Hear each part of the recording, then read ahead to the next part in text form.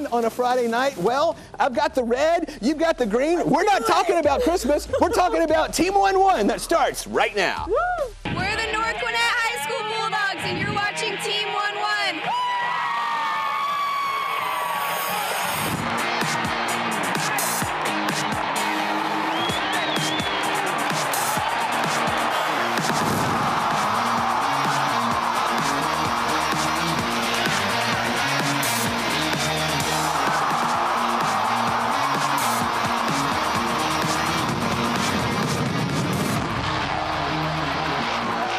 Hello, everybody. Tonight is the last night of the regular season for most of our teams in our area. Seasons are on the line as playoff positions are decided and needed for some of the teams we're talking about. We have no time to waste tonight, so let's jump right in, and we're going to start with a pretty big one. Region 8 6A title. If Buford wins, it's theirs. If Mill Creek wins, it creates a three-way tiebreaker. Late in the first quarter, the Wolves' defense is going to come up big with the play. Look at that safety. DeMarcus Nibbe gets the pick and rumbles down the sideline. Wolves ball early in the second quarter. A little misdirection from the Wolves, which even fakes out our guy Marcus Greaves. Uh-oh, that's okay. Happens to everybody. Dayton Rayola hitting the speedster Jordan Allen.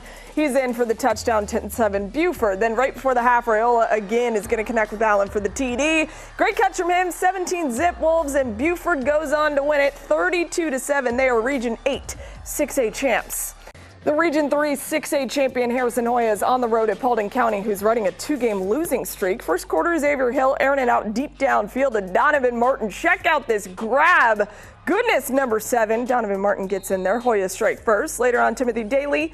He's going to plow his way through a couple different defenders and in for the score for Paulding County. Then later on, Xavier Hill at it again. This time, he's going to find his favorite target of the evening. Here he goes.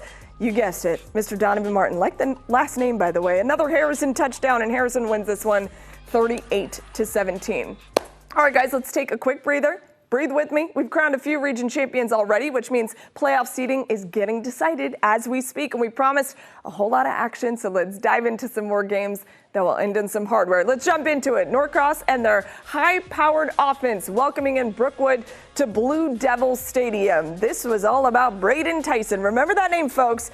Check out this cut, and then he says, see ya later. Mr. 2-4 is only a sophomore. He's got looks from all over the country, and this is why. That massive touchdown makes it 17-13 Brookwood. Later on, I know that was a tough run, my guy, but this one much easier. Goal line offense. Tyson, you give it to him when it's working, and it's a good thing they did. Powers in for the 25-13 lead, 296 yards on the ground.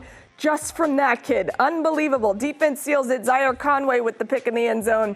So Brookwood would win 25-13.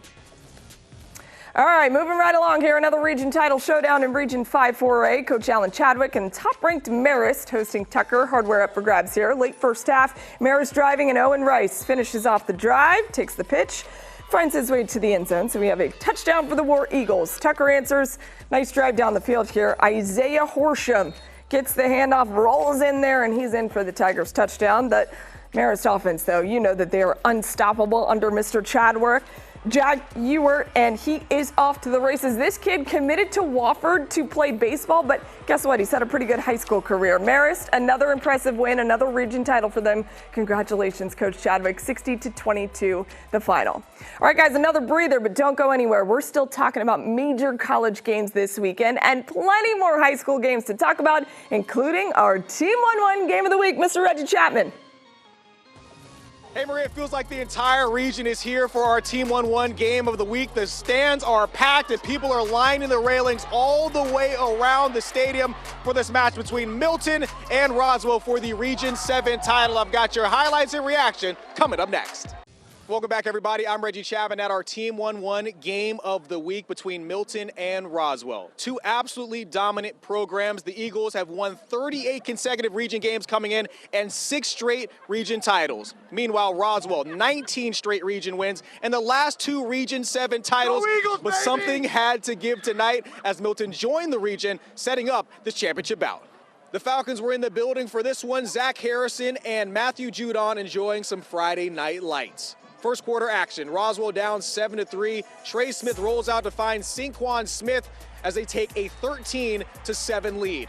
Milton would then score on each of their next 2 drives. Luke Nickel, the Miami commit, rushes in for the 4-yard score with a minute left in the half to make it 21-13. Very next offensive play for Roswell, Natravian Davenport rips the ball off the face mask of his defender and takes off an 80-yard score to cut the lead to 1 before the half. So that means we had ourselves a game before Milton would pull away in the second half. Ethan Barbour was very good. 2 second-half touchdowns. Meanwhile, the defense made a statement as well, shutting out the Hornets the entire second half as Milton wins their 7th straight region title by a final of 35-20. 7 straight region championships. How does this one compare to the other ones? Can you even do that? You look at each one different. Every team is different, and you don't want to take away from accomplishments of anybody. So every year we know that we have to earn it again, and this team came out and earned this one, so this one is just as special as all the other ones. Coach Reeves, congrats. Reggie, great job. The Region 7 6A champs, North Gwinnett, aim for their 10th win of the year to finish undefeated. They're at Duluth tonight. Early on, Ryan Hall, look at this great pass to Eric Ronning. He was parked there in the end zone. 2-point conversion makes it 8-0 game. Later on, Jake Godfrey, he would get the handoff and splits right in there into the end zone. Bulldogs add to their lead. Still in the first half, Brandon Lyons. And after this cutout, shaking around in the fans, I love it. Brandon Lyons has the rock. Ball gets punched out. Malachi Whedon picks it up, takes it, and has a clear path to the end zone. A nice little scoop and score would put North Gwinnett up, and they would win 50-7, your final. All right, Druid Hills hosting Southwest DeKalb, both coming off some comfy wins last Friday. One's got to lose, though, tonight. Great first drive for SWD. Braylon Carter over the middle to Samuel Turner, who gathers it in. Panthers take a 6-0 lead. Look at that. Band all in the Halloween spirit still. Love those costumes. But Druid Hill, they answer, forcing a Panthers turnover, and Braylon Cade makes them pay. Beautiful fake, keeps it for the score. Nice little Red Devil to take the lead, but the Panthers clamp down on defense, pressuring the quarterback and coming up with some pretty big stops. Southwest DeKalb, they're in the playoffs. They win this one tonight, 48-14. Region 6 6A champion North Atlanta, they want to close out the year strong against Denmark at home. North Atlanta in the red zone here. Ian Reynolds to Jack Ellenberg. Check out this grab in slow-mo. Wow, North Atlanta finds the end zone. Put that on a highlight reel. Later on, Reynolds lets it fly. Josh McCullough comes down with the grab to move the chains. North Atlanta in the red zone. Once again, Reynolds fires a strike to Mr. Henry D. Another Warrior touchdown, and that one was a beauty. North Atlanta wins this thing 38-7.